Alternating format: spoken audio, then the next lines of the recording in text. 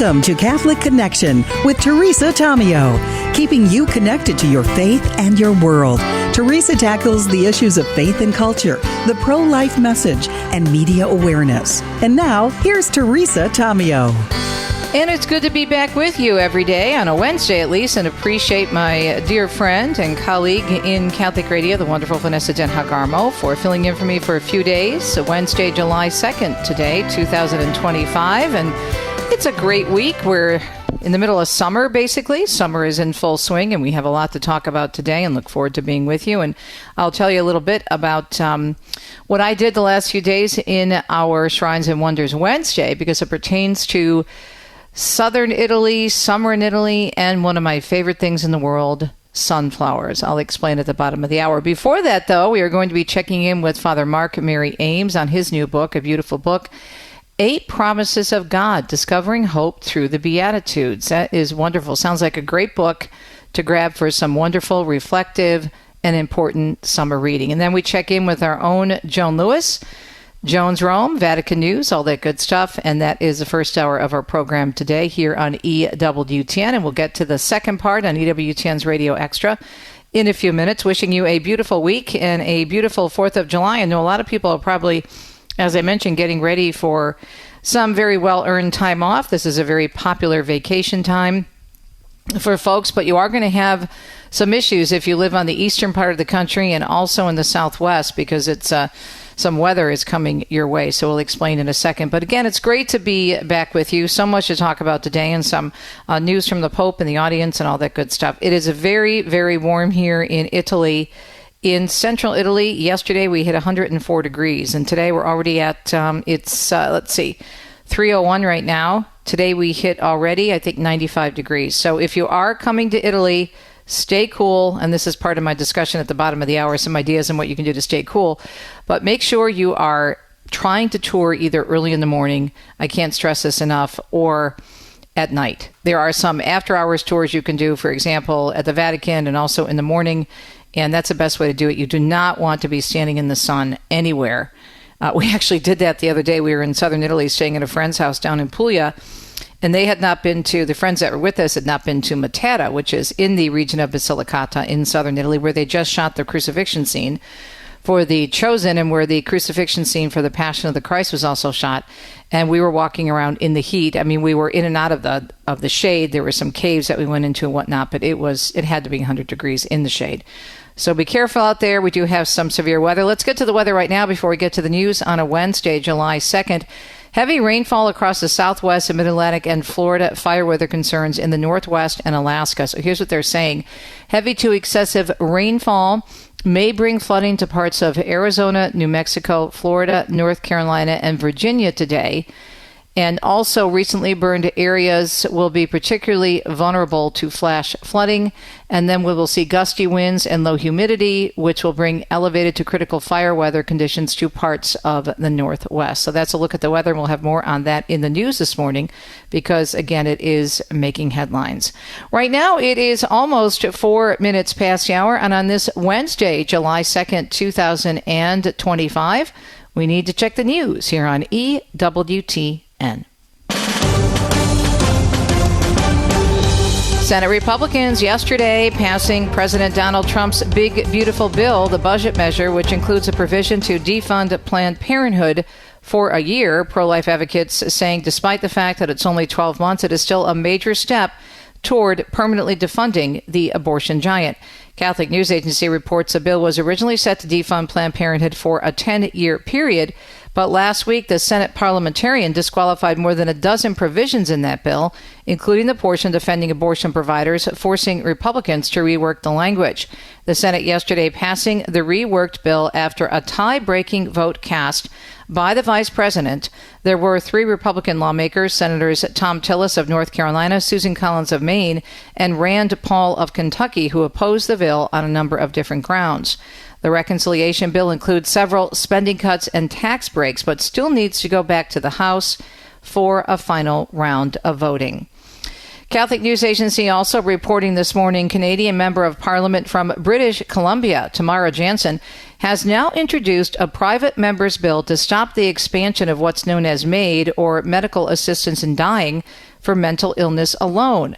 Her bill would amend the criminal code to prevent mental disorders from being considered a grievous and irremediable medical condition for the purpose of assisted suicide. The bill was read a first time in the House of Commons last month and is set for a second reading at the next sitting of the House. Speaking, she said, imagine your son or daughter battling depression for some time after losing a job or maybe in a broken relationship, and imagine they feel the loss so deeply that they're convinced the world will be better off without them. And she said, starting March 27th in 2027, such Canadians could walk into a doctor's office and ask the doctor to end their life. She said that's not a future scenario. That's the law right now, waiting to take effect. The Justin Trudeau government, meanwhile, delaying expansion until 2024 and again until March 17, 2027, over concerns from medical and legal experts. The University of Pennsylvania is banning biological males from taking part in its women's sports program. The education department announcing yesterday it had reached a deal with the university months after accusing it of violating Title IX rules when it allowed a biological male athlete to join the women's swim team. The agreement would also mandate that that person in question have records removed and her national titles taken away. She calls herself Leah Thomas. It's not clear if the NCAA will rescind that Division I championship win in 2022.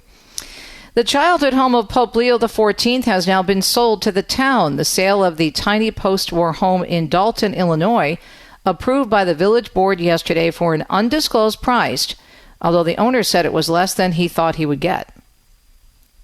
With this once-in-a-lifetime, and I will say this is a once-in-a-lifetime opportunity, we can either seize this moment and move it forward, or we can let that moment go to an investor. That's Dalton Mayor Jason House. The town is hoping the site, which has already attracted pilgrims, will provide an economic boost to a region that's been struggling for years. The Pope's parents brought the brick house brand new all the way back in 1949. Mark Mayfield tells us in other news this morning, the president says Israel has agreed to a 60-day ceasefire in Gaza. He posted on Truth Social, Israel has agreed to the necessary conditions to finalize the deal. Trump added he hopes it brings peace to the region. He also warned Hamas to take the offer, saying it will not get better, it will only get worse. There's no word yet on Hamas' response to the proposed deal. Trump's announcement comes as Gaza health officials say over 56,000 Palestinians have been killed in the war with Israel. I'm Mark Mayfield. Republican House leaders saying they hope to have the big, beautiful bill on the president's desk by Friday, although weather may put a wrench into things. House Speaker Mike Johnson said he's not sure Republicans will have full attendance for a vote on this morning, actually, on the rules package for the GOP mega bill, as some lawmakers have not made it back to D.C. over the bad storms. Well, we're having weather delays getting everybody back right now, but assuming we have a full House, we'll get it through the Rules Committee in the morning. We'll move that forward to the floor, and hopefully we're voting on this by tomorrow or Thursday at latest. The Senate narrowly passing the massive spending package yesterday morning. Johnson adding he was monitoring the delays but had to play the cards that are dealt to him. Republicans holding a small margin in the House, where Democrats expect to have all of their members present for the voting this morning. And as you heard in the weather and also the previous story, severe storms are expected and already are causing travel issues for folks in certain areas, including the Northeast, ahead of the 4th of July holiday. The I-95 corridor from New York to D.C. will likely see strong storms with damaging wind gusts exceeding 60 miles per hour, possibly. Flash flooding is also possible from Maine all the way down to North Carolina, with Baltimore and D.C. seeing the highest level of threat. Most of the storm threat is expected to be over the East Coast tomorrow. Brian Shook tells us the Defense Department is pausing a weapons shipment to Ukraine. Officials say Defense Secretary Pete Hegseth ordered the halt due to concerns about shrinking U.S. military stockpiles. The move comes weeks after Hegseth ordered a review of the U.S. munitions inventory. Government sources say the U.S. stockpile has been depleted after years of sending weapons to Ukraine in its war against Russia. I'm Brian Shook. President Trump is so pleased with what's known as Florida's alligator Alcatraz that he wants the original prison in San Francisco Bay reopened. Trump traveled to the Sunshine State yesterday, touring the new detention facility for illegal immigrants in the Everglades. The president later posting, "We're going to look into renovating and rebuilding the famous Alcatraz prison sitting high on the bay surrounded by sharks." Alcatraz was shuttered back in 1963 and became a national park. And President Trump and the Democratic Socialist candidate for New York City Mayor Zohran Mamdani continue to criticize each other. On Tuesday, Trump even threatening to arrest him if he interferes with ICE operations in the city. We don't need a communist in this country, but if we have one, I'm going to be watching over him very carefully on behalf of the nation. Mamdani beat Andrew Cuomo by 12 points in the Democratic primary and is favored to become the next mayor of New York City. Natalie Migliori, meanwhile, tells us that the FBI and the Department of Homeland Security say lone wolf attacks pose the biggest threats to the Big Apple and the city of San Francisco this 4th of July weekend. The warning comes from internal bulletins ABC News has obtained, a warning of copycat attacks and homegrown extremists. Officials warn attacks in New York City and San Francisco could be motivated by world events, with the agency specifically worried about bad actors entering July 4th celebrations with weapons or other hazardous materials. It comes weeks after a man in Boulder, Colorado attacked a crowd marching in support of Israeli hostages, and months after a driver rammed into New Year's revelers in New Orleans. I'm Natalie Migliori, NBC News Radio. Televangelist Jimmy Swaggart has passed away at the age of 90. His family confirming the news on Facebook yesterday. Kate Fisher has more on the man considered a pioneer in bringing the church into people's homes through the medium of television. At its peak in the mid-1980s, Jimmy Swaggart Worldwide Ministries had a television presence in more than 140 countries. He founded the Sun Life Broadcasting Network and the Family Worship Center in Baton Rouge, Louisiana, both of which his family still runs. He, a cousin of the late rocker, is also a cousin of the late rocker Jerry Lee Lewis, and famously responded to a 1988 sex scandal by admitting to sin and adultery during a televised church service. He was eventually defrocked by the Assemblies of God Church. And Lululemon is suing Costco over its alleged sale of knockoff leggings, hoodies, and jackets, as Tammy Trujillo tells us. The Canadian athleisure giant accuses Costco of violating its patents by selling items infringing on the designs of Lululemon's ABC pants, the Define jackets, and the Scuba zip-up hoodies. The suit claims Costco is tricking customers into thinking they're buying authentic Lululemon items under a different brand. Lululemon is asking the wholesaler to stop selling the items and seeks monetary damages. I'm Tammy Trujillo. And the trash is piling up in Philadelphia as a strike by the city's largest workers' union enters day number 2. That strike going into effect yesterday after the two sides failed to reach an agreement on a new contract.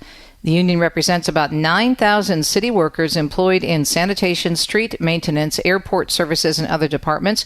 They're pushing for higher wages. Philadelphia residents are complaining about uncollected trash reeking in the summer heat. City officials have offered a map of collection centers where residents can dump their trash during the strike. We hope you're having a great Wednesday morning. It is Wednesday, July 2nd, 2025. Good to be back with you here on Catholic Connection. And we're moving into, can you believe it, the 4th of July weekend. And if you're taking a vacation, maybe you want to grab a copy of Father Mark Mary Ames' new book to take with you. Always can use some good reading, especially about the Lord. 8 Promises of God. Discovering hope through the Beatitudes. We'll discuss on a Wednesday. Up next, stay tuned. You're listening to EWTN.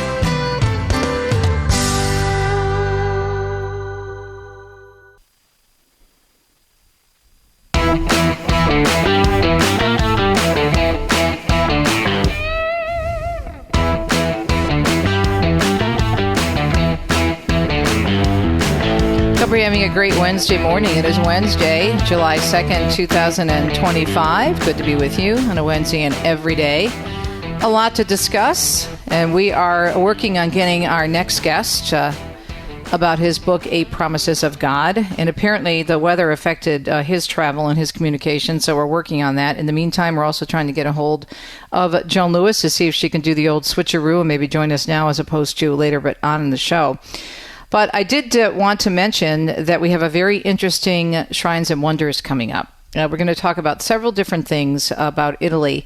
And I don't know if any of you have ever been to Italy in the summertime, but the sunflowers, especially in central Italy and in Tuscany to the north and also in Piedmont, they're crazy.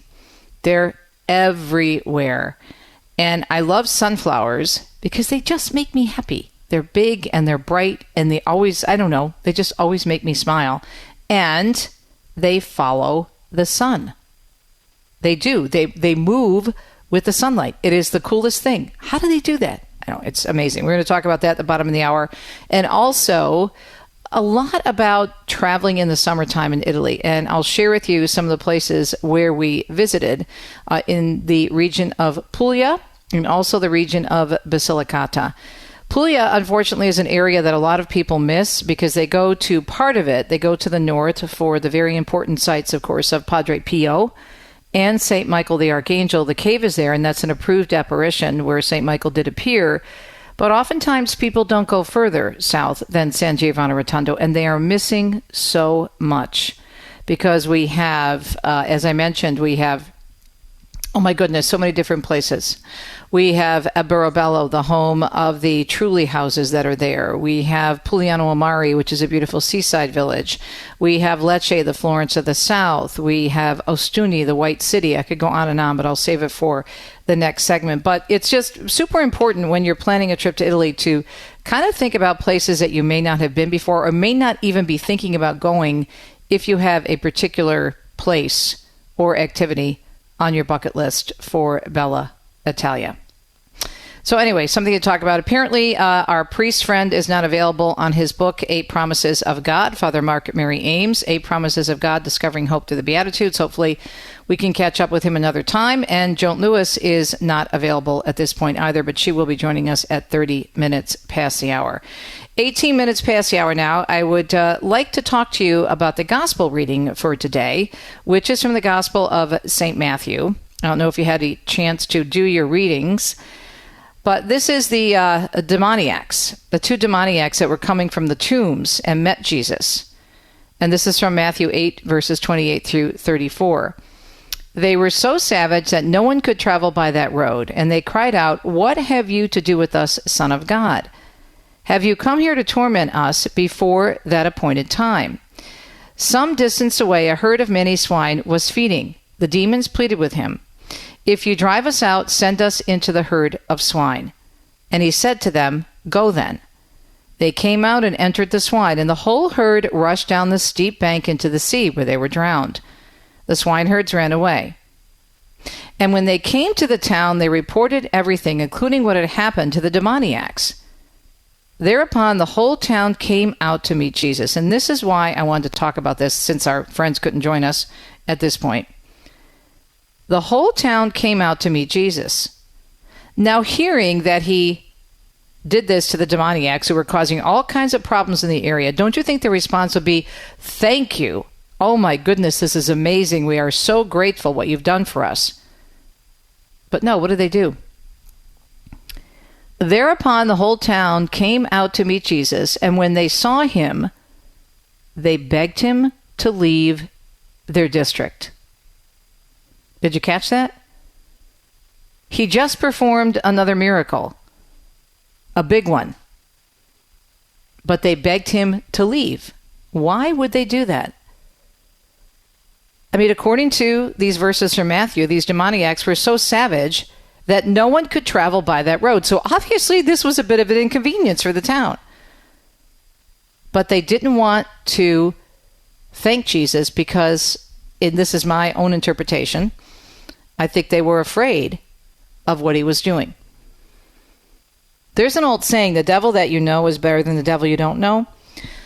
And sometimes when we are confronted in whatever way, shape, or form the Lord may be coming to us, not that he's forcing himself on us, he never does, but sometimes when we come head to head with something very powerful, very dramatic, that God is either asking us to do, or we have an experience that we do not want to recognize as godly, as God coming into our lives, we turn our backs and we walk away. And some of it could be simply maybe not having enough confidence in ourselves or thinking that God doesn't care about us enough, that he certainly couldn't want to get our attention. What does he have to do with me? Why would he want me to do this sort of thing? And many times it's because we are afraid. We're fearful of what this encounter will do to our little world. I mean, imagine this. Again, think about it. We have to read scripture slowly and place ourselves, do like a Lectio Divina. We really should do this, a divine reading, every time we read scripture. The fact that these two possessed beings were so ugly that people had to avoid a certain area. And travel certainly was very, very difficult back in the day. And they probably had very few passageways in those days as well. And yet Jesus solved a really big problem for them in more ways than one, showing who he was and who he is. But they didn't want anything to do with it. Bye-bye, don't let the door hit you on the way out. And I think there's a big lesson in this for all of us. Again, God never will force himself into our lives. There's that beautiful verse in Revelation, I stand at the door and knock, and if you open it, I will come in and I will dine with you. And then there's that beautiful painting of Jesus knocking on the door. If you look closely, there's no doorknob on that door. That's because you have to open the door of your heart from the inside and let him in. He's not going to bust down the door. It has to be a relationship with him. You have to say yes to him. And often, we are afraid to give our full yes. And so instead, we tell him to leave. Or we ignore him. Or we ignore our faith. We only put our toes in the water because we're afraid of what happens if we dive in fully. And that's what the town was doing. Please just leave. We know what you did. We heard about it. We don't want anything to do with it. They were scared. They were scared. And so I think if we think about the gospel today and we reflect, how have we been like those town people who rejected Jesus in the miracle of removing the possessed people from the town, the demoniacs? Are we ignoring God? Are we saying bye-bye, thanks but no thanks? Is there something that he's asking us to do, but we don't want to do it? We don't think we can do it? We're putting God in a box, and we want to stay in our own comfortable little circles? The devil that we know versus the devil that we don't know? Yes, sure, it can be scary sometimes in terms of saying yes to God. What did Mother Angelica say? Faith is 1 foot in the air, 1 foot in the ground, and a queasy feeling in the stomach. But if God brings you to it, he's going to see you through it. And he is never, ever going to give us more than we can handle. And he's not going to have us do everything at once. It is a journey. But we have to be willing to take that first step.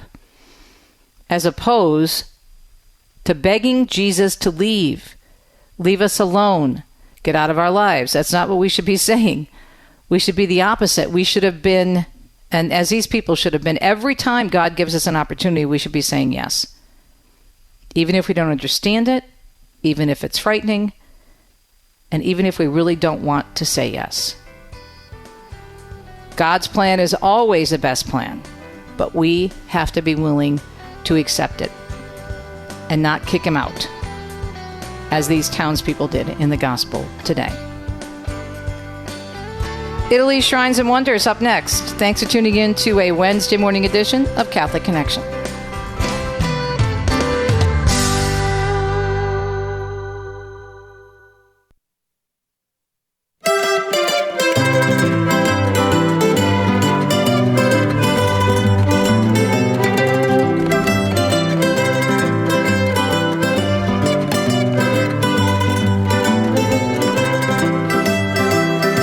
Welcome back, Catholic Connection. We're having a great Wednesday morning, July 2nd, after our Italy's Shrines and Wonders Wednesday, based on my book, Italy's Shrines and Wonders, from EWTN Publishing. We will still be at Italy. I'm still in Italy. We come back to the United States in the middle of July. Let's see, actually next weekend, a week from Friday, we're heading back home, God willing. So back to the United States and then back to Italy in September again. And then let's see, we have two pilgrimages and a number of other events that Deacon Dom and I are doing, God willing, when we come back. I did want to let you know that we are actually, I don't know if I mentioned this before, but if you know of anyone who is coming to this area of central Italy, we are offering the opportunity of aperitivo with tea and Dom. If you saw a video I posted a while back in May, actually, the first week of June, because the first event we did here was May 31st. But we have an entertainment center downstairs. I think I explained to you that we had remodeled. Dominic worked with a local stonemason, and he helped design this, entertainment center. Is a full kitchen and a place to sit and have a little appetizer and a little glass of wine, and we could seat about 24 people. And so if you have a small group, let us know. We will work this out through our partners at Corporate Travel, and we'd love to host you. Deacon Dom and I are doing aperitivo with tea and Dom, and we'll give you all the information. Now, the last couple of days, we took a mini vacation and had the weekend off, obviously, and then we had another 3 days to ourselves, and we actually went way south. I mean, we are in central Italy. We are in Umbria, and that is below Tuscany and just above Lazio. So Lazio is a region of Rome, and then you have Umbria, then you have Tuscany, which is actually borders on the coast and a little bit inland. But in the central area of Italy right now, in Umbria, you see some in Lazio, but it's mostly in northern Lazio and Umbria. Sometimes you see them all over Piedmonte, which is way north, but sunflowers everywhere. Now, sometimes they're just wild, but oftentimes they are grown strategically for their oil, for their seeds, and they are very useful in terms of being a great product for food and whatnot.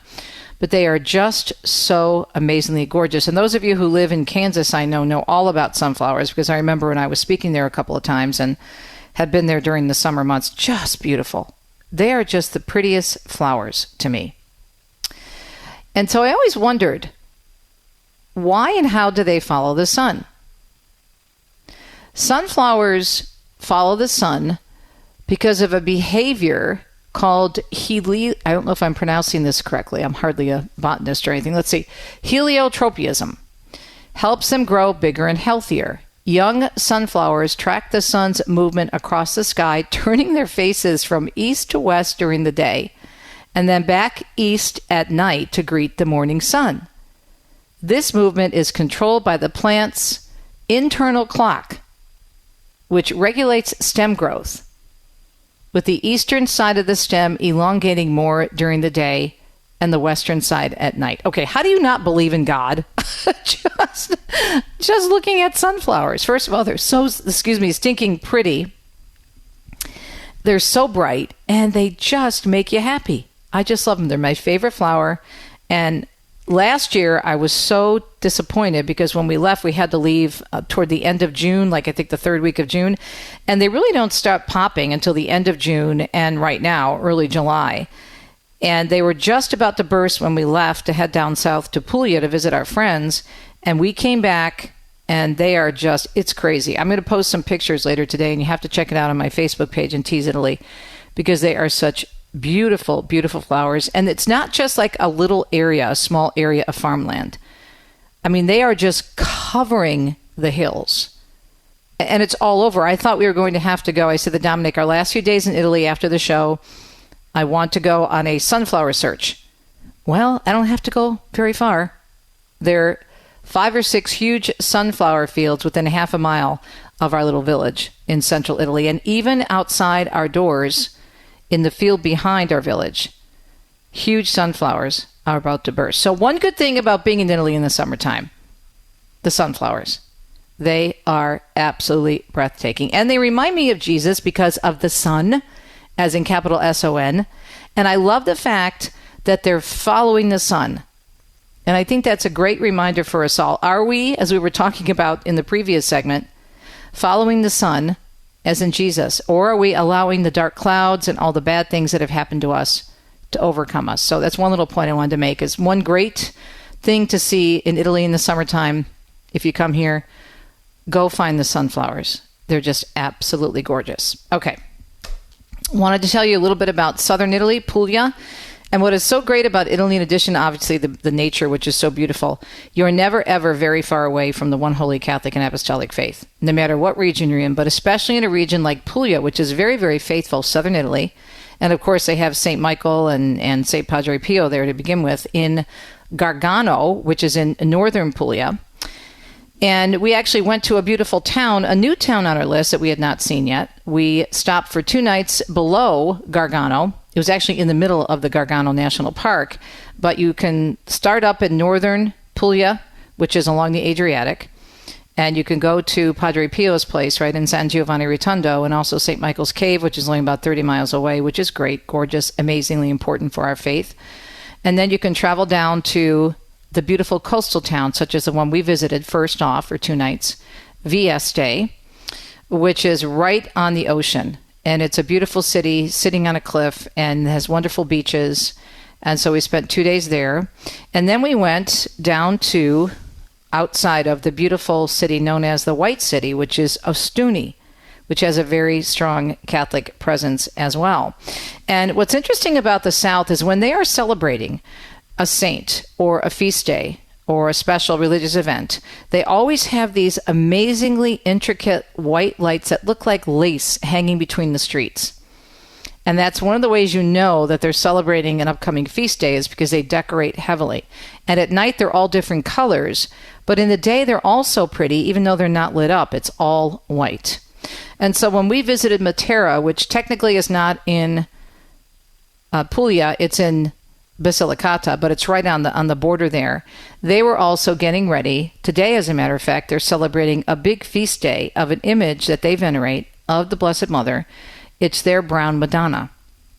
And they do a huge festival, which began with Mass at 4:30 this morning, then a procession, then prayers, then adoration, and then they bring out this huge float that they've been building, and we saw a picture of it when we were there.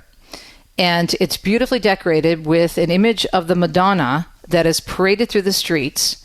And the big thing in the town of Matera is each year, after all the celebrations, after all the religious events take place, the most important, of course, being Mass, the town comes around, and the big highlight is when the young people are allowed to break the float, not the image of the Madonna, of course, but the actual body of the float, which this year was in the shape of a boat, and they break it up and they get to keep a piece. And it's very spiritually important to have a piece of that float to keep with them.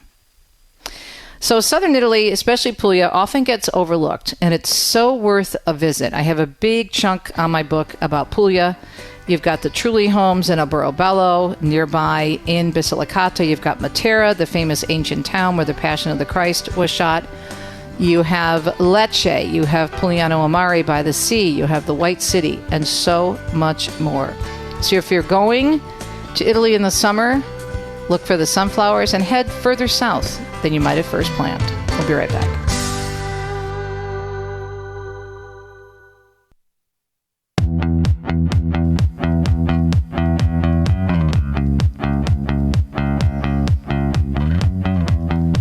And we remain in Italy as we go to Rome, this time from Umbria down to Rome, my dear friend, Joan Lewis.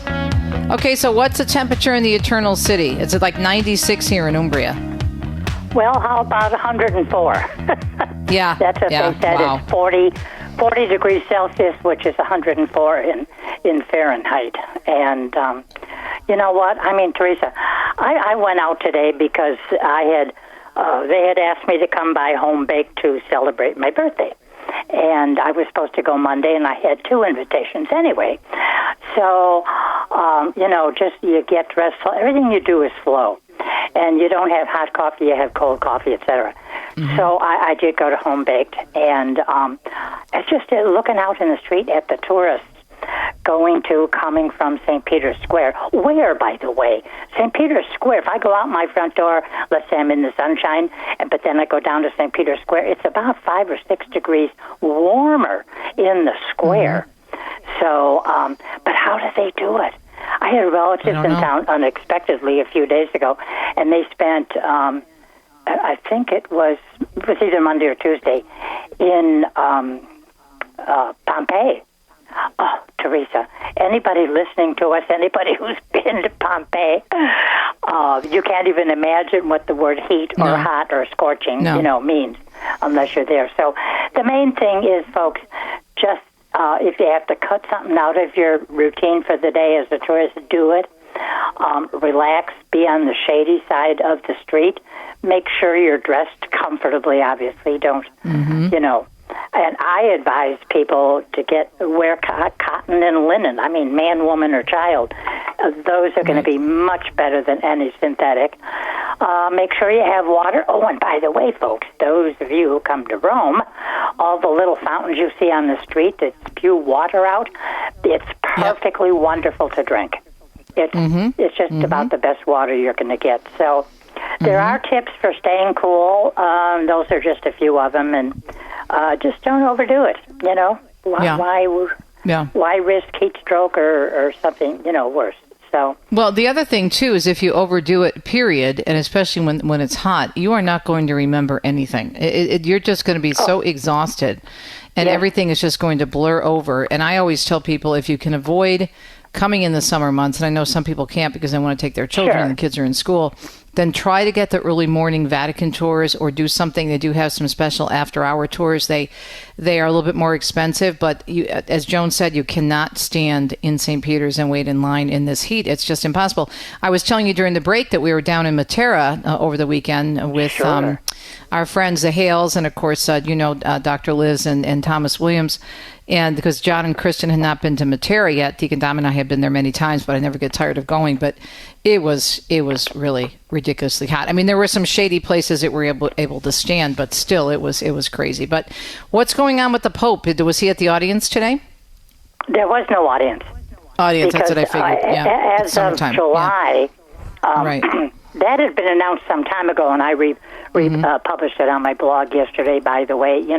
As of today, throughout July, there are no Wednesday audiences. In fact, the Pope, God bless his soul, goes to Castel Gandolfo on Sunday. Good for him. Good for him. Oh, Teresa, I am so excited. Everybody, the minute the Vatican announced that he was going to go there, I mean, you almost could hear the rejoicing in the street, because those of us who cover the Vatican, the people who live in all the towns, Castel Gandolfo and all the nearby towns, everybody was just rejoicing that, after 12 years, they were going to have a Pope back at Castel Gandolfo. And, of course, who more than anybody else? And I think you and I even wrote each other about this. The townspeople of Castel Gandolfo. For 12 years, so, no Pope staying there. And so people never thought of Castel Gandolfo as a papal, residence or anything. But years ago with John Paul and Benedict, the thing is they would spend actually much longer periods of time in the summer. And John Paul, when he'd come back from a long apostolic trip, he'd go to Castel Gandolfo for just even a few days. But the townspeople loved the Pope. He'd be on the balcony maybe, for an Angelus. But the stores did business, the restaurants did business. And even if you went a weekend when the Pope wasn't there, people still knew this was a residence. So things are coming back to life, and stores are sprucing up, and merchandise is increasing. So everybody's excited about him going to Castel Gandolfo. And what that means, folks, is that he'll be basically on vacation for 2 weeks. There will be no weekly audiences. There will be no private audiences. And he's got to have that time. Teresa, you and I and anybody listening, we know whatever our job is, we know we've got to have time off just to readjust, and good for the body and soul. And a Pope needs that perhaps more than all of us put together. So God bless you, Pope Leo. And you know what? Those audiences, too, for people to go see him, it's much more intimate because it's such a smaller area. And it's so pretty. I think it's going to drive more people to those towns, those hill towns south of Rome, Frascati and Castel Gandolfo. It's such a pretty area that a lot of people don't see. Oh, it's so gorgeous. And it is usually a little bit cooler than it is in Rome. And hill towns, as they're called. And yes, the Pope's schedule does include a few Angelus, Sunday Angelus, but again, not the Wednesday audience. But no, it's going to be very, very exciting. And last weekend is probably when he needed a vacation, because last Friday he had ordained 32 new priests for Rome, a big event in St. Peter's Basilica. And then Sunday, of course, was the imposition. Oh, this was wonderful. Last weekend, 54 new archbishops, metropolitan archbishops, were in town to receive, as is always done on June 29th, Feast of Saints Peter and Paul, to receive the pallium from the Pope. Now, the pallium is this, white woolen circular band worn over the shoulders with a piece in front and a piece hanging down in the back with 6 black embroidered crosses. And this is the symbol of their authority as a metropolitan archbishop, and then they're linked to the See of Peter. So it's only metropolitan archbishops and the Pope who wear these. But Pope Francis had changed the ceremony in 2015, ordering that the palliums be bestowed on archbishops in their home diocese by the nuncio to their country. And so it was a very welcome event Sunday when Pope Leo returned to the traditional ceremony of personally placing the palliums on the shoulders of the new archbishops. Now, it's every June 29th, there's this ceremony. The new archbishops are any of those who, since the previous June 29th ceremony, had been named, and there were 8 Americans among them. I think that's one of the biggest numbers in my memory. So. Wow. The North American College often has a reception on June the 29th, but this year they had a reception at the college, but only for the family members and guests who came to Rome with those 8 archbishops. There were several hundred. So, had they had an open invitation, I have no idea what would have happened. But people did celebrate, so that's good, So everybody looking forward to a little bit of quiet, even those of us in the media. We can work on other projects, read books that are long overdue to be read for our work. There's just that moment when, you can kind of, have an intake of breath and relax a bit.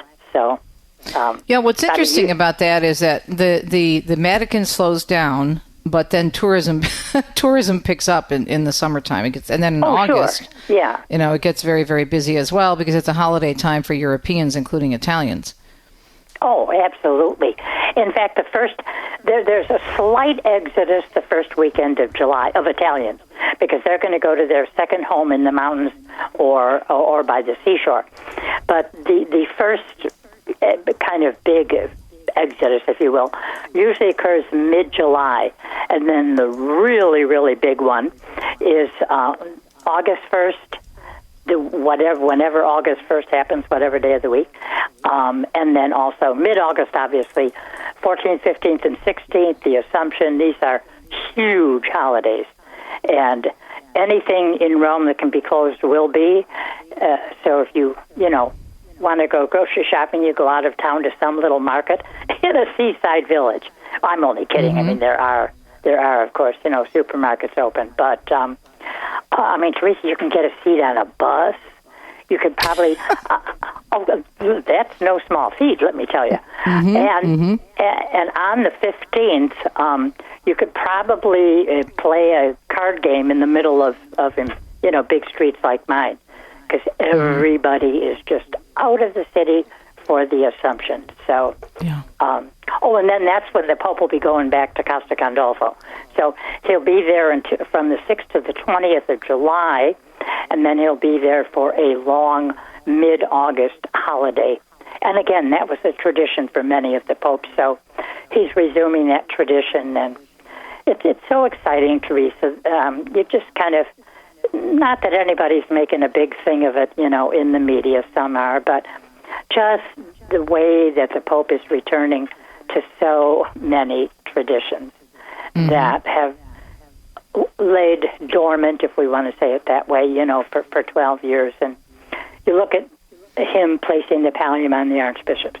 He will move in when all the work is done. He will move into the apostolic palace and the papal apartments. I mean, there was water leakage. You can't imagine the stuff that happened over 12 years of nobody living there. You still had to check out the heating system and probably didn't do any dusting, but heating and water system, you had to check out all that. So he'll move back there. He's going to Casa Gandolfo. And even small things, which the ordinary layman might not think of. But, Teresa, think of the pictures of the Pope with lots of heads of state recently, the vestments that he wears. There's an actual protocol for when you meet a head of state, and there's a different protocol for a vestment when it's a Catholic head of state. And he probably knew all of those before he became Pope. So he's wearing all the correct vestments and stoles and whatever, and it's just lovely for those of us who rejoiced in a lot of the past tradition. It's lovely to see that coming back, and so there's celebration in very small ways. Well, I think what's great about it is that we've seen so many reports about people coming into the church or coming back to the church. And one of the things that they're drawn to, and you and I know this, is the tradition, the beauty of the church. And he is embracing that fully. And he is letting people know that he wants them to embrace it as well. He's setting an example, which I think is just fantastic. Joni, we are out of time, my dear, but it was a great catching up with you, and stay cool. And thank you, Jesus, for whoever invented air conditioning. You and I are both saying that someday maybe that person should be canonized. Yeah, exactly. Willis Carrier, my wonderful producer, Richard found it for us. Willis Carrier is the inventor of air conditioning. God bless him. I'm telling you, because... that's right. Carrier. My gosh. Yeah. In fact, they furnished the air conditioning for the Sistine Chapel. Well, there you go. There you go. All right, my dear, have a great... I know you're going to be at a very special 4th of July event. I wish we had time to talk about it, but you can tell us about it next week. That'll be a lot of fun. Have a great weekend. Happy 4th. God bless America. Thank you, God, for air conditioning and for making Italy. And we'll be right back. And for my friend Joan Lewis, happy belated birthday, too. We'll be right back on a Wednesday morning. It's 52 minutes past the hour. Stay tuned.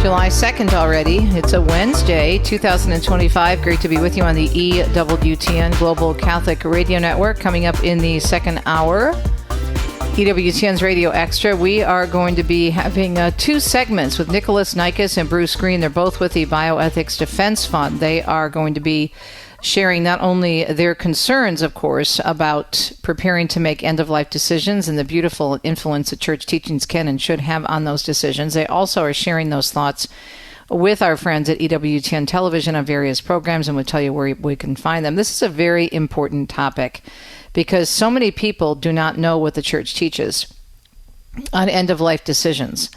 And they think that the church is all about, the church is so mean, they just want people to suffer. No, that is not the case. If people would just take the time to reach out to people like Nikolas and Bruce and others, such as the National Catholic Bioethics Center, they would have a much better understanding of the beauty of church teaching, but how the church can help aid us in all areas of our life, from womb to tomb, quite literally. So we'll discuss. And I don't know if they've been following the situation in Canada at all that we mentioned in the news. We'll see if they have anything to say about that as well, if they're open to talking about it, because I do have some questions. So I think it's going to be a very, very important discussion. I hope you can stay tuned for it. It is with the Bioethics Defense Fund. And that's coming up, plus 2 cents, in about 4 minutes. We'll be right back. You're listening to Catholic Connection here on EWTN. Stay tuned.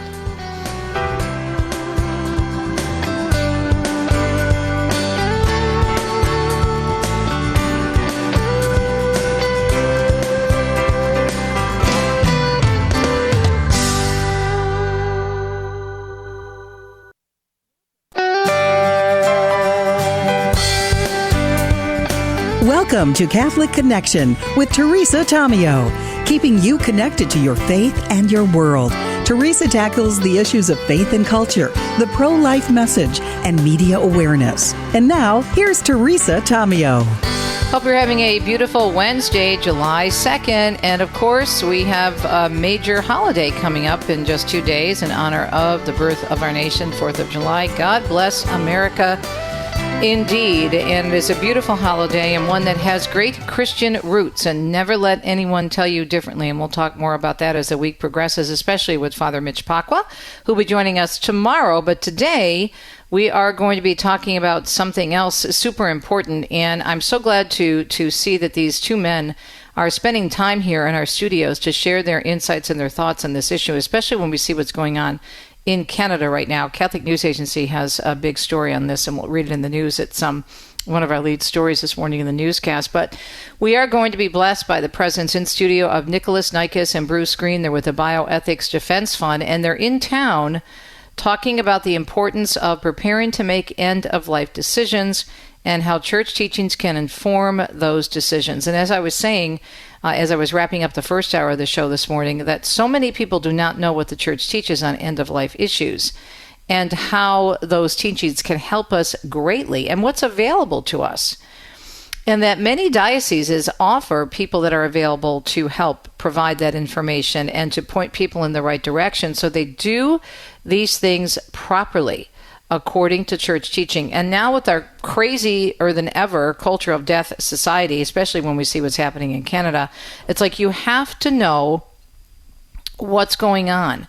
You have to be aware, and you have to know what the church teaches.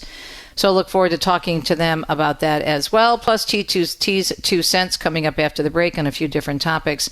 But again, really important subject matter this morning with Nikolas, Nikas, and Bruce Green with the Bioethics Defense Fund, the importance of preparing to make end-of-life decisions. So you may have heard Joan Lewis and I talking about the weather here in Italy, and it's just absolutely incredibly warm.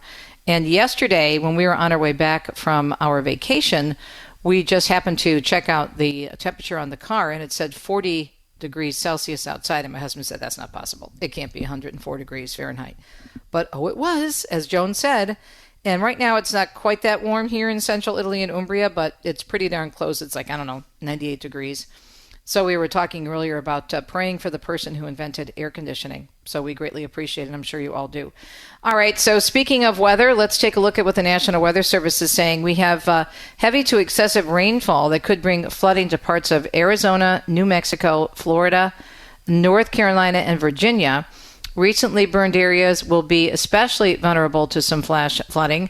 And then they're saying that gusty winds and low humidity will bring elevated to critical fire weather conditions to parts of the northwestern U.S. Now, parts of the East Coast, as you'll hear in the news this morning, also being subjected to some really bad weather that might even be preventing some things happening in Washington because of the big, beautiful bill, the vote that was supposed to take place this morning. So we'll see what's happening with that. It is a Wednesday. We're so glad you're tuned in. I had a great time off, and I'll talk a little bit more about that in 2 cents and how the importance of just relaxing and enjoying and what that means, especially when it comes to the Italy way of life. We'll explain in 2 cents. Not enough Americans do that, by the way. We don't slow down. We pack our vacation time so much that when we get back, we need a vacation from our vacation. So we'll talk about that in 2 cents. Right now, though, it is already almost 4 minutes past the hour. It's a Wednesday. We're glad you're tuned to the second hour of Catholic Connection here on EWTN's Radio Extra. Let's check the news on a Wednesday, July 2nd on EWTN. Senate Republicans yesterday passing the president's big, beautiful bill, a budget measure including a provision to defund Planned Parenthood, but only for a year. Even with just a year, pro-life advocates are saying it's a major step toward permanently defunding the abortion giant. Catholic News Agency reports the bill was originally set to defund Planned Parenthood for 10 years, but last week the Senate parliamentarian disqualified more than a dozen provisions in the bill, including the portion defunding abortion providers, forcing Republicans to rework the language of that measure. The Senate yesterday passing the reworked bill after a tie-breaking vote that was cast by the vice president. And 3 Republican lawmakers, Senators Tom Tillis of North Carolina, Susan Collins of Maine, and Rand Paul of Kentucky, opposed the bill on various grounds. The reconciliation bill, which includes several spending cuts and tax breaks, though, still needs to go back to the House for a final round of voting. Canadian Member of Parliament from British Columbia, Tamara Jansen, has introduced a private member's bill to stop the expansion of medical assistance in dying for mental illness alone.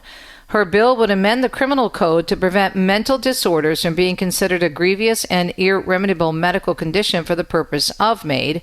The bill was read a first time in the House of Commons on June 20th and is set for a second reading at the next sitting in the House.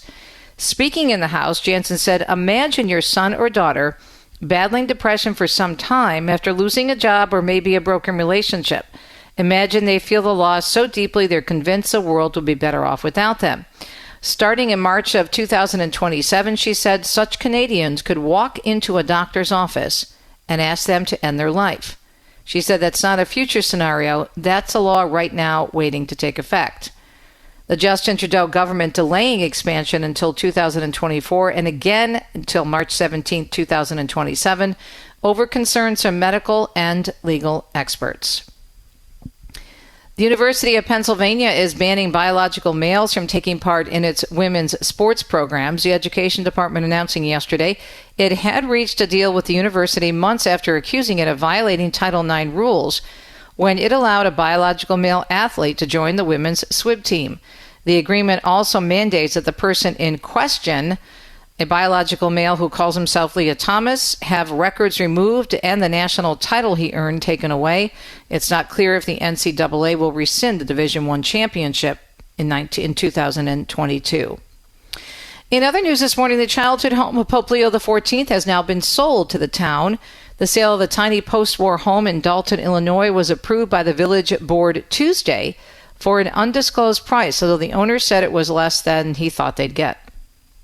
With this once-in-a-lifetime, and I will say this is a once-in-a-lifetime opportunity, we can either seize this moment and move it forward, or we can let that moment go to an investor.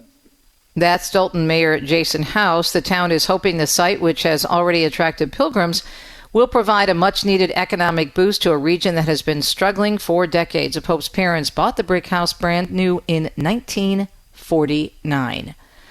Mark Mayfield tells us President Trump says Israel has agreed to a 60-day ceasefire in Gaza. He posted on Truth Social, Israel has agreed to the necessary conditions to finalize the deal. Trump added he hopes it brings peace to the region. He also warned Hamas to take the offer, saying it will not get better, it will only get worse. There's no word yet on Hamas' response to the proposed deal. Trump's announcement comes as Gaza health officials say over 56,000 Palestinians have been killed in the war with Israel. I'm Mark Mayfield. Republican House leaders say they hope to have the big, beautiful bill on President Trump's desk by Friday, although weather may put a wrench into things. House Speaker Mike Johnson saying he's not sure Republicans will have full attendance for a vote Wednesday morning on the rules package of the GOP mega bill, as some lawmakers have not made it back today to D.C. because of bad storms. Well, we're having weather delays getting everybody back right now, but assuming we have a full House, we'll get it through the Rules Committee in the morning. We'll move that forward to the floor, and hopefully we're voting on this by tomorrow or Thursday at latest. The Senate narrowly passing the massive spending package yesterday morning. Johnson added he was monitoring the delays but had to play the cards that are dealt to him. Republicans holding a small margin in the House, where Democrats have said they expect to have all their members present for voting. And severe storms are as expected. Well, you're hearing already that there are some problems in D.C. to cause travel issues for people in the Northeast ahead of the upcoming holiday weekend. The I-95 corridor from New York to Washington will likely see strong storms with damaging wind gusts exceeding 60 miles per hour. Flash flooding is also possible from Maine all the way down to North Carolina, with Baltimore and D.C. seeing the highest level of threat. Most of the storm threat is expected to be over for the East Coast, though, by later tomorrow. Brian Chook tells us the Defense Department is pausing a weapons shipment to Ukraine. Officials say Defense Secretary Pete Hegseth ordered the halt due to concerns about shrinking U.S. military stockpiles. The move comes weeks after Hegseth ordered a review of the U.S. munitions inventory. Government sources say the U.S. stockpile has been depleted after years of sending weapons to Ukraine in its war against Russia. I'm Brian Shook. President Trump is so pleased at Florida's alligator Alcatraz that he wants the original prison in San Francisco's Bay reopened. Trump traveled into the Sunshine State yesterday, touring the new detention facility for illegal immigrants in the Everglades. The president later posting, "We're going to look into renovating and rebuilding the famous Alcatraz prison sitting high on the bay surrounded by sharks." Alcatraz was closed back in '63 and became a national park. President Trump and the Democratic Socialist candidate for New York City Mayor Zoran Mandani continued to criticize each other. On Tuesday, Trump went as far as to threaten to arrest Mandani if he interferes with ICE operations in the city. We don't need a communist in this country, but if we have one, I'm going to be watching over him very carefully on behalf of the nation. Mandani beating Andrew Cuomo by 12 points in the Democratic primary and is favored to become the next mayor of New York. The FBI and the Department of Homeland Security say lone wolf attacks pose the biggest threats to the Big Apple in San Francisco this 4th of July. Natalie Migliori has more. The warning comes from internal bulletins ABC News has obtained, a warning of copycat attacks and homegrown extremists. Officials warn attacks in New York City and San Francisco could be motivated by world events, with the agency specifically worried about bad actors entering July 4th celebrations with weapons or other hazardous materials. It comes weeks after a man in Boulder, Colorado attacked a crowd marching in support of Israeli hostages, and months after a driver rammed into New Year's revelers in New Orleans. I'm Natalie Migliori, NBC News Radio. Televangelist Jimmy Swaggart has passed away at the age of 90. His family confirming the news on Facebook yesterday. Kate Fisher reports he was a man considered a pioneer in bringing the church into people's homes through television. At its peak in the mid-1980s, Jimmy Swaggart Worldwide Ministries had a television presence in more than 140 countries. He founded the Sun Life Broadcasting Network and the Family Worship Center down in Louisiana, both of which his family still runs. He is a cousin of the late rocker Jerry Lee Lewis and famously responded to a 1988 scandal by tearfully admitting to sin and adultery during a televised church service. He was eventually, though, defrocked by the Assemblies of God Church. Tammy Trujillo tells us Lululemon is suing Costco over its alleged sale of knockoff leggings, hoodies, and jackets. The Canadian athleisure giant accuses Costco of violating its patents by selling items infringing on the designs of Lululemon's ABC pants, the Define jackets, and the Scuba zip-up hoodies. The suit claims Costco is tricking customers into thinking they're buying authentic Lululemon items under a different brand. Lululemon is asking the wholesaler to stop selling the items and seeks monetary damages. I'm Tammy Trujillo. And how about this happening in this heat? The trash is piling up in Philadelphia as a strike by the city's largest workers' union is entering now day number 2. The strike going into effect yesterday after the two sides failed to reach an agreement on a new contract. The union represents about 9,000 city workers employed in sanitation, street maintenance, airport services, and other departments. They're pushing for higher wages. Philadelphia residents are complaining, as you can imagine, about uncollected trash reeking in the summer heat. City officials have offered a map of collection centers where residents can dump their trash during the strike. Hope you're having a beautiful Wednesday as we move into the holiday weekend. Some more Catholic Connection on EWTN Radio Extra coming your way. Stay tuned.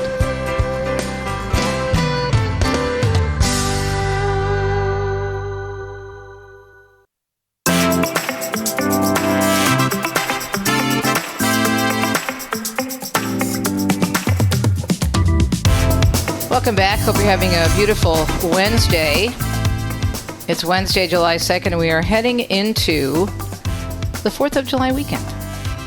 And here's what I wish for you this 4th of July. I wish that we all, myself included, would make sure that we do not take our faith and our country for granted and the connection between the two. For starters, in 2 cents this morning, I think sometimes we forget. And living in a foreign country now half the year, even though, of course, my heritage is from Italy, I really appreciate our country. I mean, I appreciate Italy. It is beautiful. But of course, I was born and raised in the United States of America, and I'm very grateful for that. And despite all the problems that we have and the many issues, it's still the greatest country in the world, although Italy is pretty close for me to that, to the top of the list. But there's so much that is connected to faith. And we need to not forget it. And one of the things I love about Italy is they don't forget it. They're very still faith-filled, especially in the smaller towns, and they just go all out to celebrate the faith. I was talking in my Italy Shrines and Wonders about a big event that's going on in Matera. Matera is in southern Italy. It is in the region of Basilicata, and that is next to Puglia.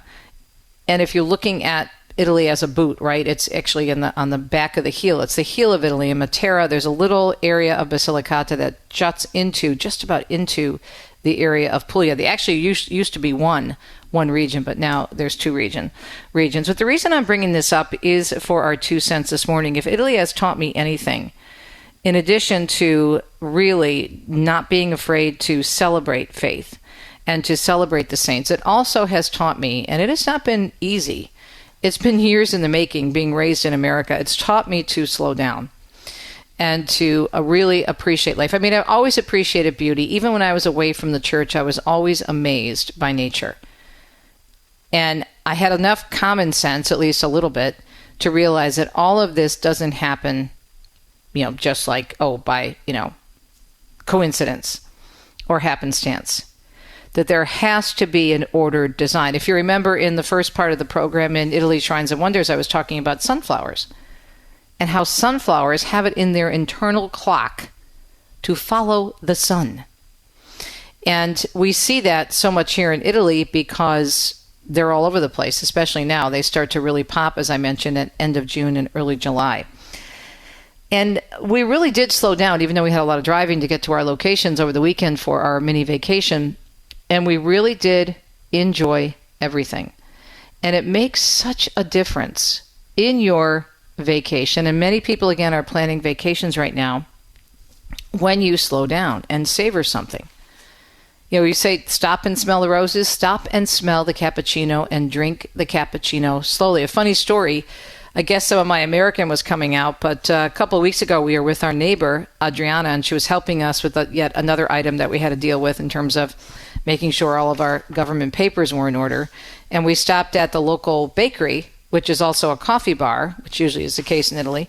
And we had a beautiful cappuccino and a cornetto, which is basically like a croissant, only I think they're better and more tasty. I'm just saying, I'm probably somewhat biased, but the cappuccino was so good because it's so hot and it's so foamy and it's so pretty. And Dominic and I were drinking it apparently too quickly. And she corrected us and said, Teresa, you must slow down and savor the cappuccino. You Americans, you do everything so fast. And as I said, I'm still learning. We're both still learning. And this weekend, we really did try to slow down, especially when we were in the southern region of Italy and Puglia. It just really lends itself to that because it's so beautiful. And you have the ocean right there, the Adriatic, and there is just so much to take in and to enjoy in terms of the beauty. And in my book, Shrines and Wonders, I actually have a section here on savoring Italy. Let me just read a little bit. And this is from page 7. And there's a picture of gelato, a great picture of gelato, and it says, slow down and enjoy the gelato. After we had taken several trips to the boot, family members and friends began asking me for advice in planning their dream trip to Italy. Before I knew it, I had spent hours and hours detailing the best places to eat, stay, shop, play, and pray, as they say on my website, travelitalyexpert.com.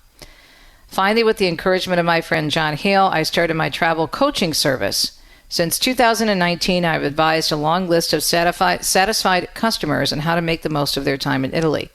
With so many people pouring into Rome for the Jubilee year, I decided it was time to write this one-of-a-kind guidebook, Italy Shrines and Wonders. I wanted to offer a faith-based resource that would offer more than getting you from one tourist attraction to the next. Italy is an encounter with greatness on so many levels. Even if you only have a week to spend, this book will teach you to experience Italy as it is meant to be savored and not merely checked off your bucket list. And so I'm asking you, as you enter into this holiday weekend, how will you be savoring your time? How will you be savoring time with your family, savoring time with your friends, savoring the summer? Do you realize how quickly summer goes by? And I guarantee you, when you head to the stores to shop this weekend, all the 4th of July items will most likely be already gone or moved way back in the back of the stores. Why? Because they're going to be on to what? Back to school and Halloween. And yes, might I go so far as to say even Christmas. In America, consumerism, the world, the commercial world, retailers, they don't want us to savor anything. They want us to always be quickly moving on and moving on and moving on and buying something for the next holiday when we haven't even had a chance to slow down and enjoy the time in front of us. And one of the things we've learned to do so well in Italy, and hopefully we're getting even better at it, is to really savor. I can't tell you how many times I have stopped to pull over to the road just since we got back last night, at least 3 times, to just look at the sunflowers. Just to stop and look at the sunflowers because they are just so beautiful to me. That's my favorite flower. And it's one thing to see a beautiful sunflower or maybe a bunch of sunflowers in the florist or the supermarket because they just attract your attention because they're so pretty. It's an entirely different experience when you see the bright yellow against a blue sky. And many of you, as I was saying earlier, if you're living in Kansas, you know this all too well. I've been to Kansas when the sunflowers burst, and it's just gorgeous. But you just need to savor it because before you know it, they'll be gone. Before you know it, this weekend will be over. Before we know it, you'll be getting your kids ready for back to school. Before we know it, it will be Halloween. It will be the Feast of St. Francis in October. And soon enough, it'll be Christmas. So I just suggest think about what your plans are for this weekend. Of course, put God on the list. Hopefully you can get to Mass on Friday to thank God for this amazing country of America. God bless America. But what else are you doing? Take some time to take your Magnificat, your Bible, your favorite Catholic book. Maybe there's a book on your shelf that you've been meaning to read. Maybe you can do that this weekend. Or maybe you can just sit at your picnic table or go to a local park and just savor the summer sights and sounds. And be peaceful. Be still and know that He is God. Our happy place here in Italy is our balcony along the back of our apartment that overlooks the fields of Umbria. Right now, they're about to pop with sunflowers. I can't wait. Sitting there any time of year just slows us down. We still have not gotten the TV. We've been here. This is our 3rd year. We're not going to.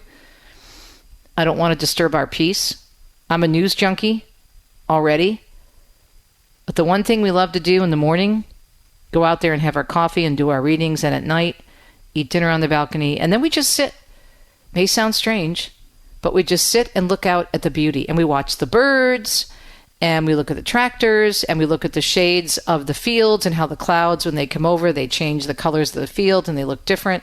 We watch the sunset. That's our entertainment. God is entertaining us. But we wouldn't even notice it if we didn't slow down. So just think about that as we're entering into an opportunity to slow down because it's a holiday weekend. Don't do too much over these next 2 days. Be still and know that He is God. We'll be right back.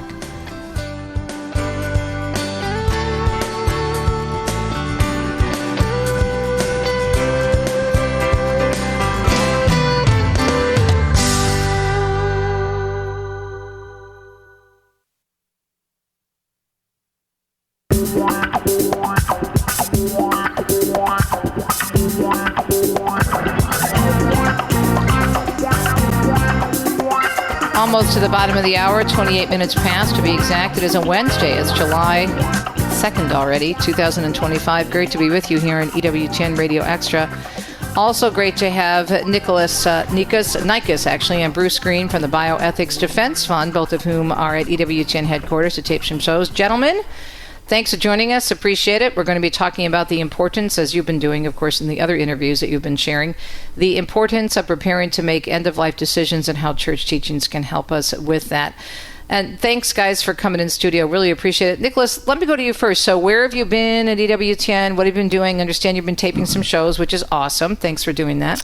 Yes. We got in last night. I live in Phoenix. Bruce is in Tucson. And we're going to meet with Father Mitch at noon, and then we're going to do the live program. There was supposed to be something we were going to do, but that got postponed or canceled. So I think you and Father Mitch are on the menu. There you go. There you go. So basically with Father Mitch, what will you be focusing on? I know you take questions and whatnot, but what are you hoping to cover? Well, I think we're going to cover, and I'll let Bruce speak too. I think we're going to cover the book, why we wrote it, the question and answer format, what are the obstacles to making good moral decisions at the end of life.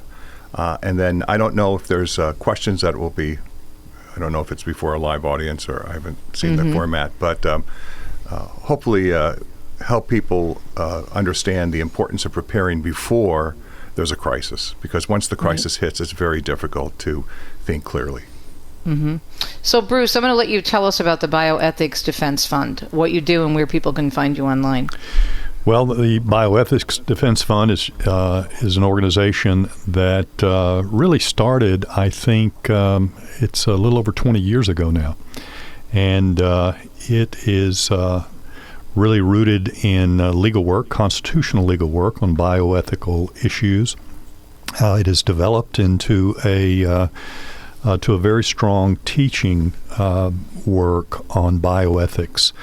One of the things that, and I'm merely a special counsel for special projects for Bioethics Defense Fund, but Nick has developed a work where he goes all over the United States, even in other countries from time to time, and he debates, largely he speaks, but he debates issues, whether it's in medical schools, law schools, universities.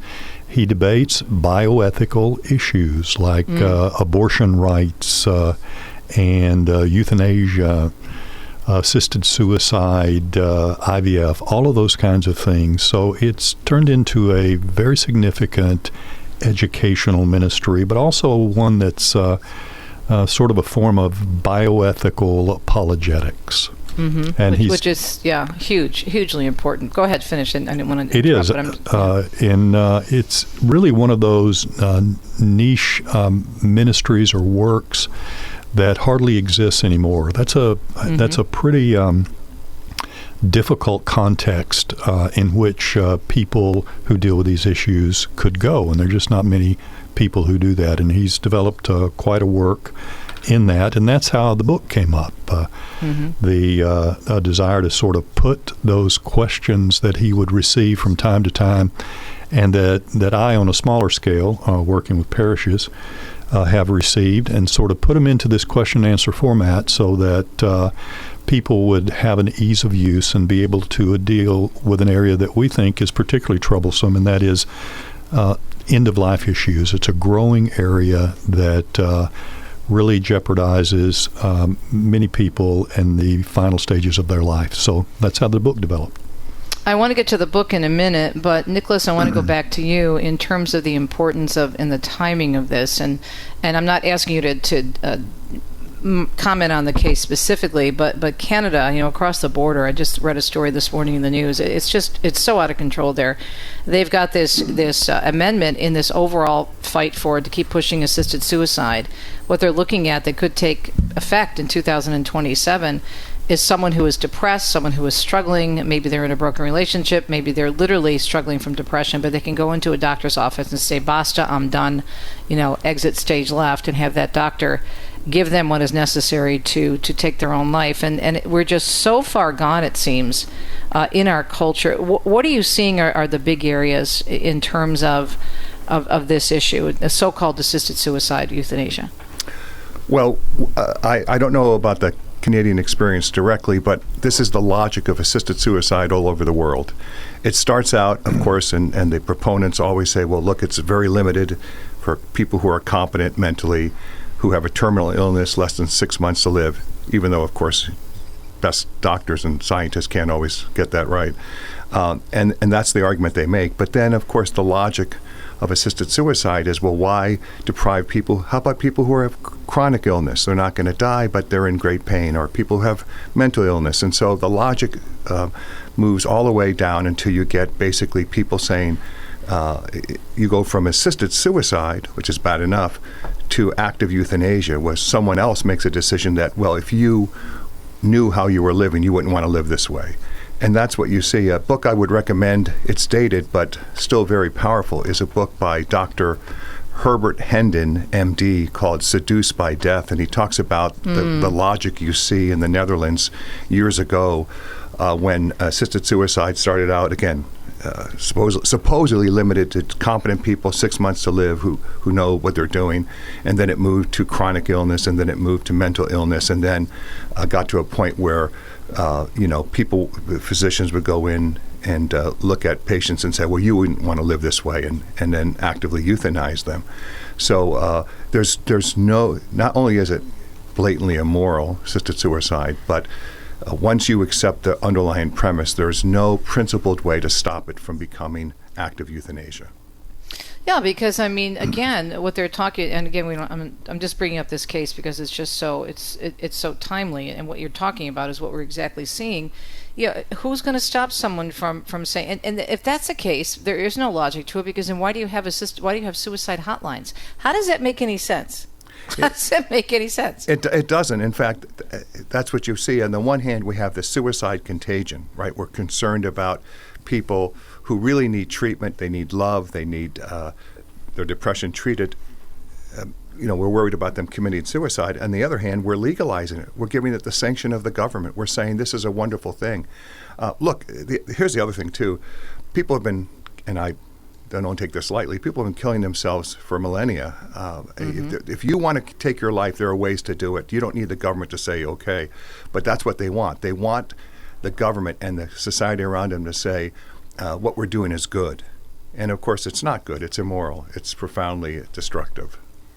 Wow. It's just, you look at these things and all common sense is gone. I mean, there's so much of that going on, especially with the whole transgender agenda. But what's so important about what you do is that you cover so many different topics. I mean, as Bruce just said, and this is just huge. I mean, in terms of really providing education. And one of the things we're going to get into after the break is talking about what the Catholic Church has. And so many people do not know, which is why the education portion of this is so important, what the church teaches about these issues. And we say end of life, and that, I know we were talking about terminal illness or people who are in a sudden situation, but I think we have to look at everything because it's all encompassing now, as we mentioned, regarding the push for euthanasia. Our guests in studio this morning, Nikolas, Nikas, and Bruce Green from the Bioethics Defense Fund. They'll be on Father Mitch's program tonight. You don't want to miss it, of course, with EWTN Live this evening. We'll be right back.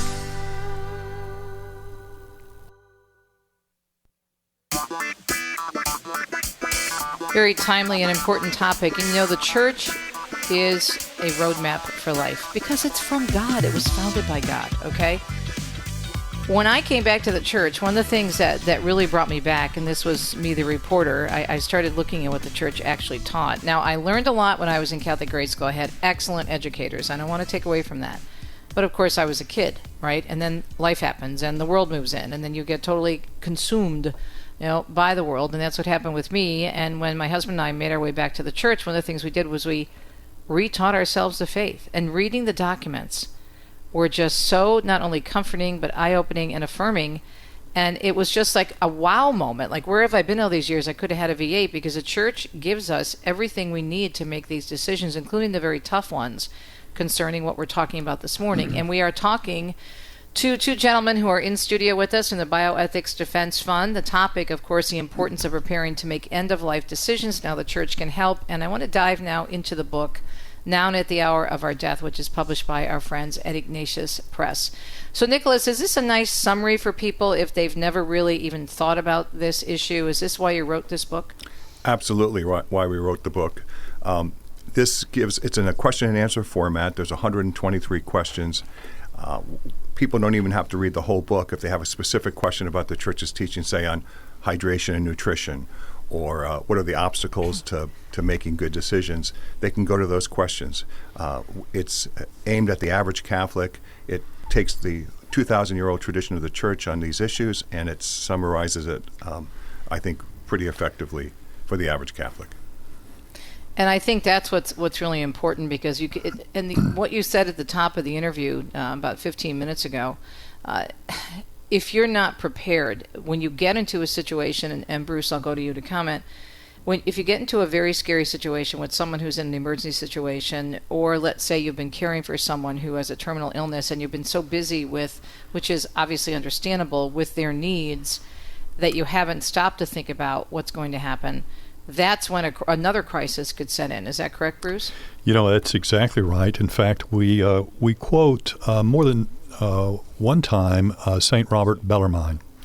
And one of the things that he said is that if you don't deal with these issues, the art of dying, he called it, which was normally, for 600 years before this time, a common consideration for Catholics. He said if you don't consider these things ahead of a crisis, then what's going to happen is you're going to end up in a situation where you have to make decisions when you are debilitated, when you are at your weakest, when your reasoning powers are not as they should be because you're in serious illness. So it's critical that people think about these kinds of issues for that reason alone. There are other reasons as well, and we set those forth in the book. But everyone is going to have to address dying at some point. And so it's critical in order to make the right decisions to think about it before that time is upon us. And Nikolas, I'll go back to you. Do you think more people are thinking about it, or are they still putting it off, do you think? I think serious Catholics, if they reflect on the reality of life and death and eternal life, will think about it. But I think most people, Catholics included, want to avoid the topic of death altogether.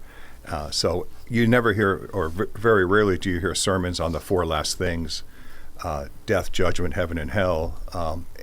So people, I think, and I also think for the average Catholic, let's say you're in your 30s, 40s, 50s, end of life to you is 70, 80, 90 years. That's when I have to worry about it. But I tell students, so I speak to students all the time, I say, look, end of life, you're one accident, you're one disease away. It's not just the elderly that you have to worry about. It's we don't know the future. And so if you're not ready, if you're not prepared and formed in the church's teaching, when the crisis hits, it'll be too late. And Bruce, do you think that people realize the beauty of what the church has to offer? Because oftentimes you have a conversation and the response, even from someone who identifies as a Catholic and maybe even a practicing Catholic, is, oh, well, the church just wants people to suffer, and the church just doesn't really understand. Do you think people are willing more now to take the time to read the catechism, see what the church has to say? I think that there's really not enough of that. I think you're right that people approach these kinds of issues in a very flippant manner sometimes, and especially that this is what the church teaches and they just want you to suffer, those kinds of things, which we actually deal with in the book directly. And I think that there are a number of confusions. We have a section in the book that deals with hindrances to good moral decision-making, and we outline some of those. The views of some people about their conscience is enough, that they want to have dignity with death, these kinds of things. So I think most people approach it rather shallowly in considering these things, if they consider them at all. So I think not enough attention is given to the church's teachings in these matters. And there's so much teaching. We try to we highlight it, we footnote it in the book. They're just excellent works to help us think our way through these things. But we find in our experience, and actually have some very sad stories about Catholics approaching the end of life, and it's apparent they don't think about these issues at all. So one of the reasons we wrote the book in the form that we did is in the hopes that more people would take these matters up and see what the church had to teach. Nikolas, I'm going to go back to you, and then Bruce, I want you to weigh in after I ask you this question. And just going back to my days as a street reporter in Detroit for many years, because I was in southeastern Michigan as a news person, I covered consistently, unfortunately, Jack Kevorkian. And if I heard that phrase, dying with dignity, I heard it a million times. And that's what he always talked about. Well, we're giving these people the opportunity to die with dignity. And unfortunately, the vast majority of the media, and I fought with this is even before I came back from the church, I fought with my producers about we are not giving an accurate picture about what this man is doing. I mean, I would be the one and other reporters going to talk to the coroner, the medical examiner, and hearing the medical examiner say, well, first of all, they weren't dying. And secondly, even if they were dying, there were many cases where they told me at the medical examiner's office that the people could have lived comfortably for months, even years, if they had proper care. And if they, had access to good information about, pain medication. And this person was not coming at it. These doctors are not coming at it from, a conservative or a liberal. They were coming at it from a very practical, looking at what this person supposedly had that was so horrible that they were pressured into killing themselves. And the way Kevorkian would treat the body, he would dump the body just off at the coroner's office. That's not dignified. There's no dignity in the way he or other people who were just very, macabre, and this was their thing, the way they treated the human person. And Nikolas, I'll go to you first. Your thoughts on that? Well, you bring up a great point, Teresa. When I give these talks, and I know Bruce does too, we always talk about terminology. And I tell audiences all the time, just because someone uses a term doesn't mean that they understand it the way you understand it. So Right. Death with dignity, of course, for those who advocate for assisted suicide, that's their justification. Now, true death with dignity for a Catholic would be at the end of your life, with your family surrounding you, having received all the sacraments, making a good reconciliation, forgiving people you need to forgive, asking forgiveness for those that you've offended, and while you're reading scripture and beautiful Gregorian chant is playing, you slip into eternity and the loving arms of God. Now, that's true death with dignity. That's dignity. But that's not, of course, what the world means. What the world means, or at least the advocates of assisted suicide, is we're going to allow you to kill yourself. And the government's going to say how wonderful that is. Mm-hmm. And Bruce? part of the problem with that goes to one of the other issues that we deal with in the book that's a hindrance to good decision-making, moral decision-making, these kind of contexts, is that there is a tendency that needs to be corrected through the teaching of the Church that we often find people have and we drift into, and that is the idea that I am the master of my own body. Mm-hmm. I get to choose my own death. I get to make the decision myself. We deal with this in the book under the principle of autonomy, which is a confused area too. There are certain appropriate uses for autonomy, but in our particular modern context, it is used to mean that I really need to be in control of all the decisions of my own life, which of course cuts directly against the teaching of the Christian faith. And so that's one of the areas as well. And as Nick said, a lot of the terms and phrases that wouldn't be objectionable in themselves have been co-opted, and I think we have to be frank about that. We need to warn Christian people, and especially Catholics, that a lot of the terminology they use very loosely and cavalierly have really been co-opted for evil purposes, and it's not just accidental often. So they're driving ideologies, they're driving a position that those with diabolical intent want to convey. And so Catholics need to be reminded and warned that a lot of the terminology, a lot of the issues that are out there need to be questioned, which is true of science and technology, generally speaking, because once you take science and technology that is removed from any idea about metaphysics, and it becomes very, very dangerous. And so what you need to do is you need to question certain conclusions of science within the context of the teaching of the faith, and you also need to question certain uses of technology, and both of those are critical in end-of-life issues. They always come up. Well, you look at, for example, what's happened with the agenda behind this whole trans movement, where they say gender-affirming care. Are you kidding me? You are chopping off body parts. How is that gender-affirming? Healthy body parts. Just like abortion, it's a choice, reproductive freedom, except you are limiting the freedom and the choice of two people who are involved in that decision, the baby and the father. Okay, I mean, but this is what people need to understand.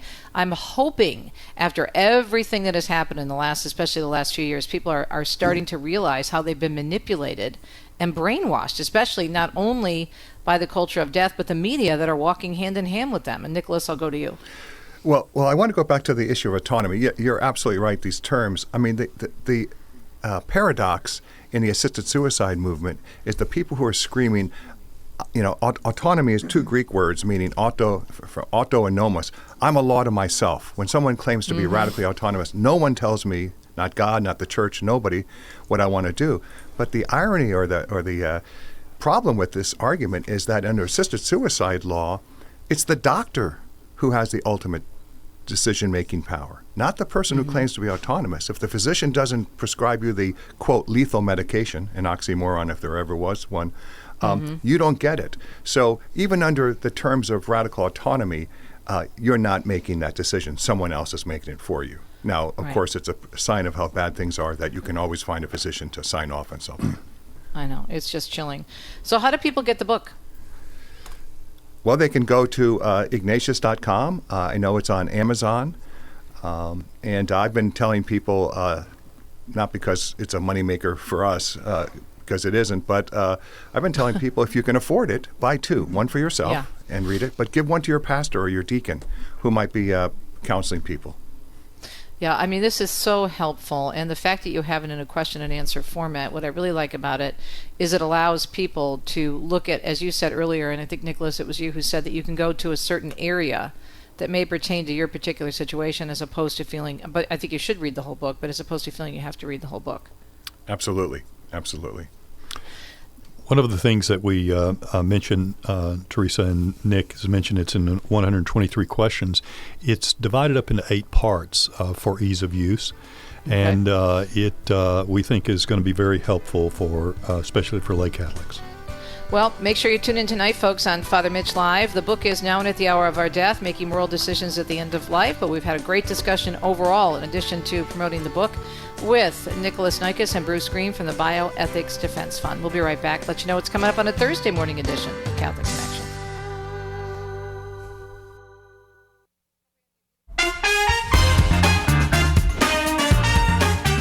Hope you're having a beautiful Wednesday. It's July 2nd, 2025, here on EWTN Radio Extra, second hour of Catholic Connection. Good to be back. A big thank you again to Vanessa Denhart-Garmo.